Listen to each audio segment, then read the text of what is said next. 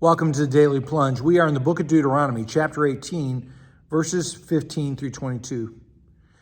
This passage is amongst the most important passages in all of the Old Testament because Moses says there's going to come another prophet like him.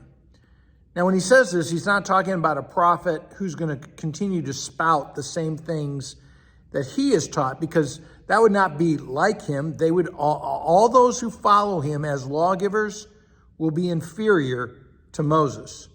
No, this prophet, like the king, is one that only the Messiah can fulfill. And so, as he says, he's going to raise up a prophet like me. And rather than having to go after all those false soothsayers who think they can tell you the future, like it spoke about in the passage before, here comes another priesthood, another kingdom, another word from God that is going to cement the future for them, right? God is the one who's going to hold their future because he's bringing the future prophet, the future Messiah. And so first is that he's going to, this new prophet is going to come with a new word. He's not going to be the same word that Moses has already given perfectly, right? It's going to be a word that fulfills it. In fact, we know this because he says that this one is going to come in a word that doesn't terrify the people like the word they've heard from Moses. Oh, please don't let us hear that same word, a word that terrifies them because of sin, and a word that ultimately leads in death. Rather, it's going to, instead of a word of the law, it's going to be the word of grace.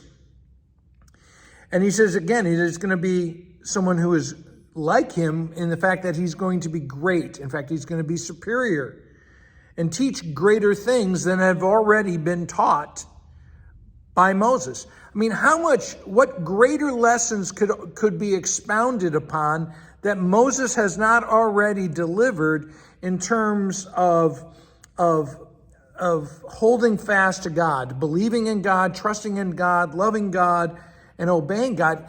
Moses has covered all that, and the rest of the Old Testament is to sort of, get the implications of all that. But the next word that's going to come is going to be a word of grace, not a word of law.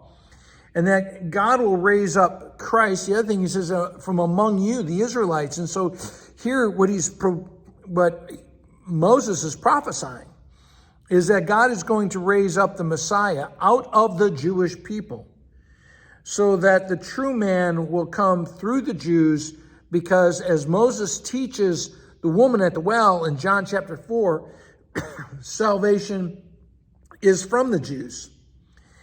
And again, there the people are looking for a gentler voice.